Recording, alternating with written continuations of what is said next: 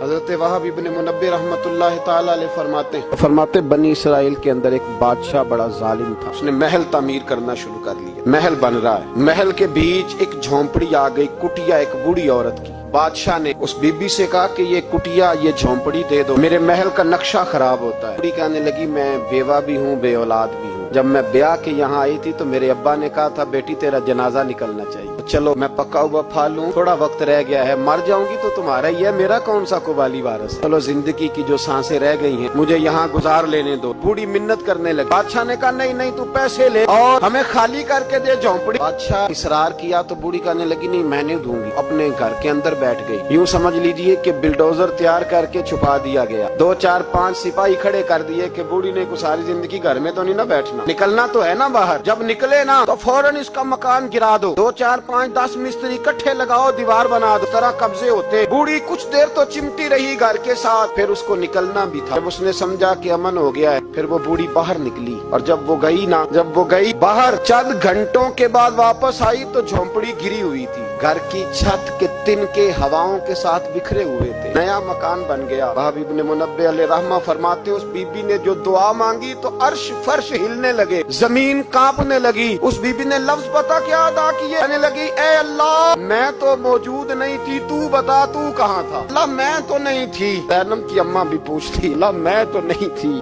تو موجود تھا نا؟ عرش کا مالک کہتا میں ہلا دوں گا۔ ذرا ان علماء کو، مشائخ کو، ان ارباب اقتدار کو دیکھ لینے دو، میری ڈھیل ہے، میں انہیں ہلا دوں گا۔ اللہ میں تو نہیں تھی، تو کہاں تھا بتا؟ اب کریم نے فرمایا جبریل دوڑ کے جا، اللہ حکم کیا ہے، فرمایا الٹ دے اس بستی کو، تباہ کر دے ان لوگوں کو جو ظلم پر چپ رہتے، انہیں تباہ کر دے۔ دنیا میں قتیل اس سے منافق نہیں کوئی جو ظلم تو سہتا ہے بغاوت نہیں کرتا۔ منافق بن کے جینا بند کر دو، مومن بن کے جینا سیکھو، ان ظالموں کے خلاف بولو۔ کہتے ہیں تباہ کر دو بستی کو، بستی الٹ دی اور تباہ ہو گئے۔ یاد رکھو عرش کا مالک کہتا ہے تمہیں دیکھ رہا ہوں، نہ کوئی موجود نہ تھا، میں تو تھا نا، میں تو سارا کچھ دیکھ رہا ہوں۔ میں اس ولا تحسبن اللہ غافلا، لوگ اللہ کو غافل نہ سمجھ۔ پھر میڈیا چیختا ہے، کہتا ہے جی بڑا ظلم ہو، اس کام میں سب سے زیادہ کردار اس برائی کو پھیلانے میں میڈیا کا۔ میڈیا تو بچوں کو گناہ کے طریقے بتلاتا، اور حکومتیں ممتاز قادری کا جنازہ نہ دکھانا ہو تو میڈیا سارا بند ہو جاتا ہے۔ تو گند روکنا چاہیں تو گند رک سکتا ہے کہ نہیں رک سکتا؟ پابندی، یہ ٹیکنیکلی زمانہ ہے، اگر یہ بند کرنا چاہیں ہر چیز اپنی جگہ پہ بند ہو سکتی ہے کہ نہیں؟ لیکن ہم تو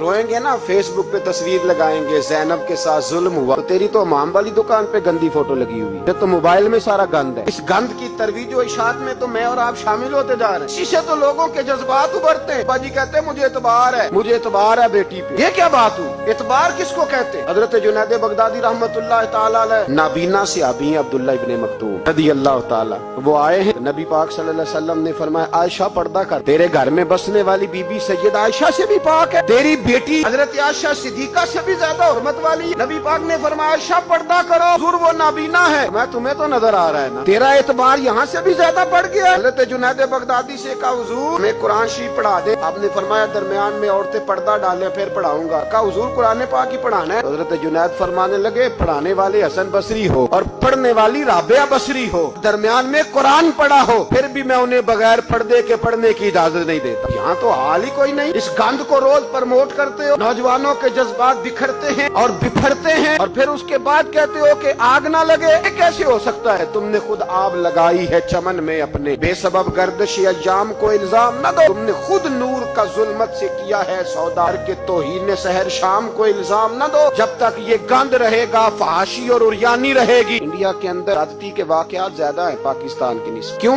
یہ کہ گند زیادہ ہے۔ اسلام نے تو نظر تک پر پابندی لگا دی، اپنی نظر بھی مومن جھکا کے رکھی، جو چیزیں سبب بن سکتی ہیں ان پر بھی پابندی لگا کے رکھی، توجہ ہی نہیں کرتے، خیال ہی نہیں ہے، پرموٹ کیا جاتا ہے۔ سب سے دوسری بڑی وجہ یہ ہے کہ مجرم کو سزا نہیں ملتی، مجرم کو سزا چھوٹ گیا نا، سرے عام ایک بڑے آدمی کا بیٹا قتل کرنے والا اٹھ گیا نا، وہ جس نے سرے عام ایک سپاہی کانسٹیبل کو کچل دیا تھا وہ بچ گیا نا، آ گیا نا باہر۔ میرے رسول پاک صلی اللہ علیہ وسلم نے قانون دیا، قانون، ایک عورت نے چوری کی، اس کے حضرت سیدنا اسامہ بن زید حضور کے محبوب صحابی سفارشی بن کے آئے، حضور تھوڑی لچک دے دے، پاک نے فرمایا سنو میری بیٹی فاطمہ بھی چوری کرتی تو میں ہاتھ کاٹ دیتا۔ مجرم کے لیے سزا ضروری ہے، مجرموں کو سزا ملے گی تو حالات بہتر ہوں گے۔ کہتے ہیں سرے عام پھانسی لگاؤ، قانون میں گنجائش نہیں،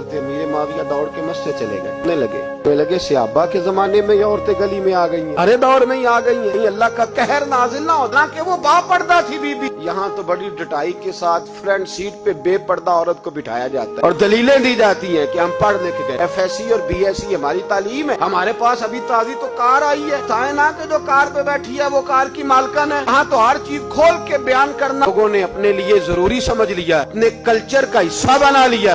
فحاشی کے خلاف، حیائی کے خلاف، عریانی کے خلاف اٹھو اور اس پل کو